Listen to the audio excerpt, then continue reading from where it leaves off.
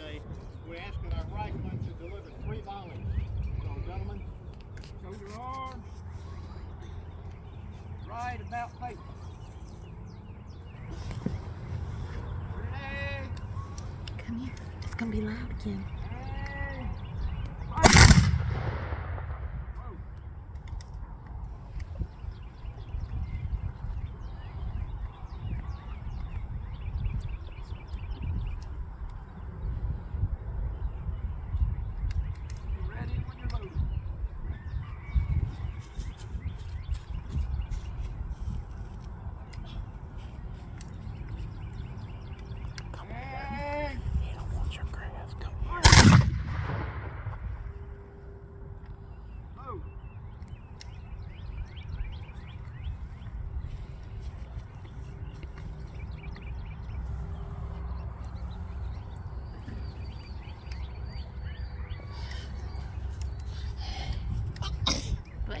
Keep playing with grass.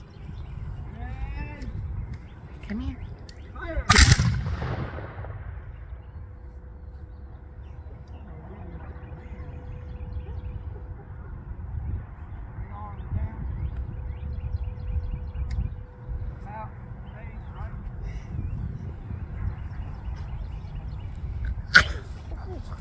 Thank you, gentlemen.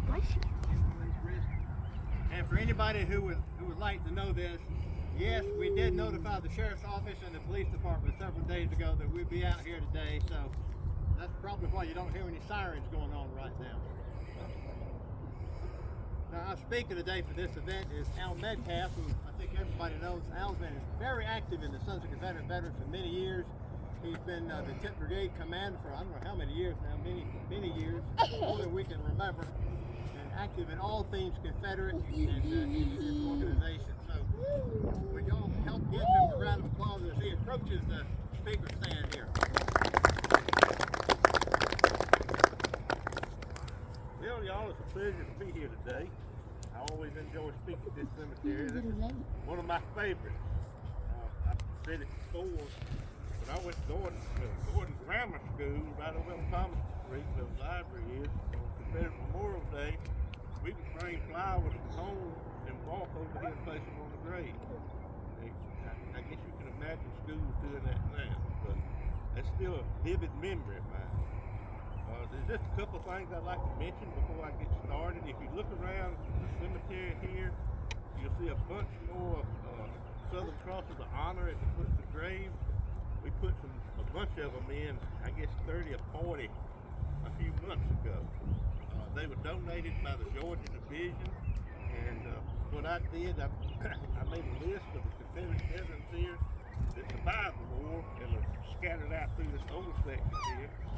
And a lot of them had headstones that showed their Confederate service, but some of them didn't have anything on there that showed they were Confederate soldiers. So I wanted to make sure they were the first ones to get the Southern Crosses of Honor, so at least it's something they say they were Confederate soldiers.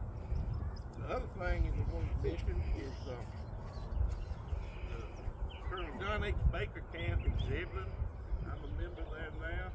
We have an eye memorial service on Confederate Memorial Day, April 26th at 7 o'clock in the evening. It's at Eastview Cemetery. And if you leave Barnesville and go to Zebulon, go through the second red light on 18, and then the first street to the right goes to Eastview. And we'd be glad to have any of y'all who come. What I'm going to talk about today is who was the Confederate soldier. You see the names written in books. You got some pictures there like Sergeant Hurricane Black in Mississippi. But who were they? Obviously, most of them were from the southern states. A considerable portion came from the north of the Mason-Dixon line. A sample of 21 regiments from 6 Confederate states shows 86 privates born in 11 northern states. 37 were born in New York, 10 in Illinois, 9 in Pennsylvania, 7 each from Indiana, Massachusetts, and Ohio. The rest of them came from Connecticut, Maine, New Jersey, Vermont, and Michigan. There are also many foreigners born as Confederate soldiers. Louisiana's population in 1860 was more than 1/10 foreign. You had French born, some regiments were almost all Irish, some were almost all German. The first Louisiana regiment had 37 nationalities represented. Texas had the second most foreign-born soldiers. Germans and some companies were made up largely of Irish, Mexican, and Polish. Alabama had a number of companies made up of foreigners. Company I of East Alabama listed 104 men out of 109 that were born in Ireland. This company was known as the Emerald Guard. Another company from Alabama, known as the Scotch Guard, was composed mostly of Scots. Other companies from around Mobile had large numbers of French and Germans. Virginia and South Carolina contributed many Germans and Irish. From Tennessee, Memphis, and Nashville furnished several companies of foreigners. And another diverse group were the Native Americans. Members of the Cherokees, Chickasaw, Osages, Creeks, and Seminoles served in the Confederate Army. Blacks also served in the ranks. Some were free men of color, others were slaves. Soldiers in the Confederate ranks belonged to a wide number of occupations. A survey of 9,000 men representing 7 states revealed the following. Unsurprisingly, 5,600 were foreigners. 474 students, 472 laborers, 321 clerks, 318 mechanics, 222 carpenters, 138 merchants, 116 blacksmiths, 88 sailors, 75 doctors, 69 painters, 68 teachers, 57 shoemakers, 51 lawyers, 48 overseers, 39 printers, 36 masons, 35 tailors, 31 millers, 31 engineers, 23 coopers, and 21 bakers. Also listed were artists, barbers, bookkeepers, butchers, carriage makers, colliers, cooks, dancing masters, dentists, distillers, drummers, fishermen, horse traders, and jewelers. Manufacturers, pattern makers, peddlers, photographers, planners, publishers, ministers, sheriffs, stage drivers, tailors, weavers, and wheelwrights. One recruit was listed as a convict. Another as a gambler. A third as a rogue. Another was a speculator, and several listed as gentlemen. How old were they? A sample of infantry privates that enlisted in 1861 and 1862 to the ages of 11,000 men. One was 13, 3 were 14, 31 was 15, 200 was 16, 366 was 17. Boys under 18 made up about 1/20th of the 11,000. At age 18, the figure jumped to 971.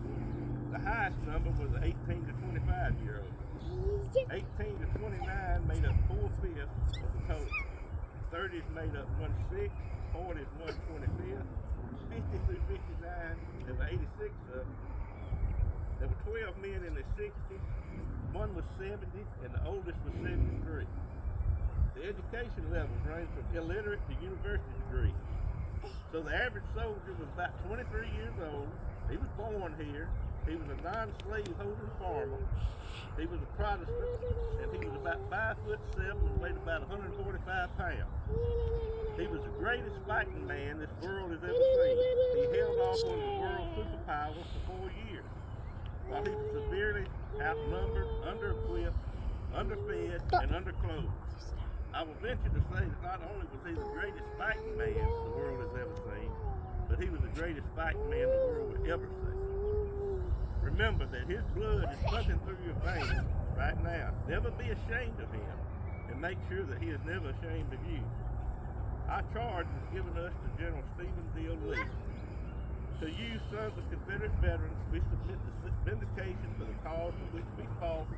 To your strength will be given the defense of the Confederate soldier's good name, the guardianship of his history, the emulation of his virtues, the perpetuation of those principles he loved, and which made him flourish, and which you also share.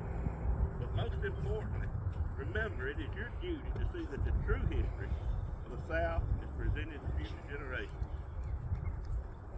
I appreciate the opportunity of speaking to y'all and Happy Confederate Memorial Day.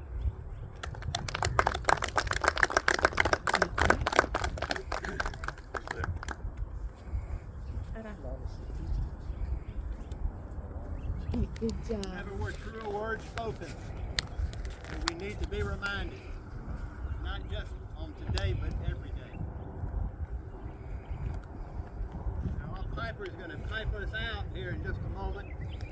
We're going to, our group of the riflemen were reassembled down there. We're going to have a final volley. So Leon.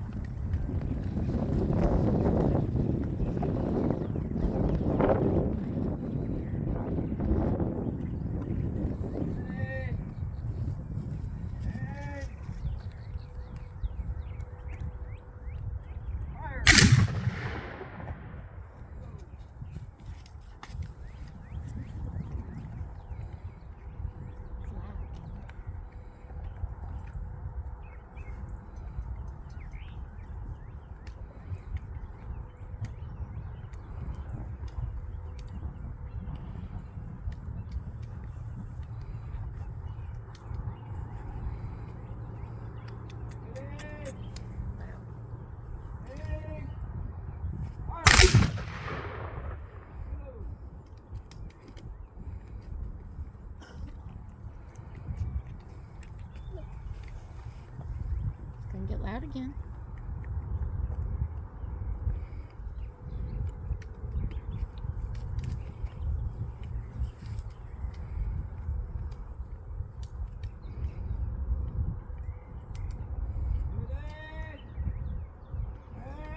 Hold on.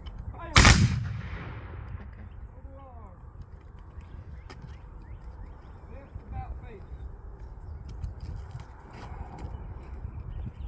Ladies and gentlemen, that concludes today's program. We appreciate everybody's attendance, and we hope you have a great rest of today, Confederate Memorial Day. See y'all next year.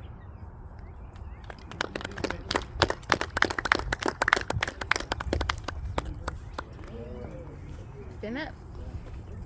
Nice job, thank you. Oh.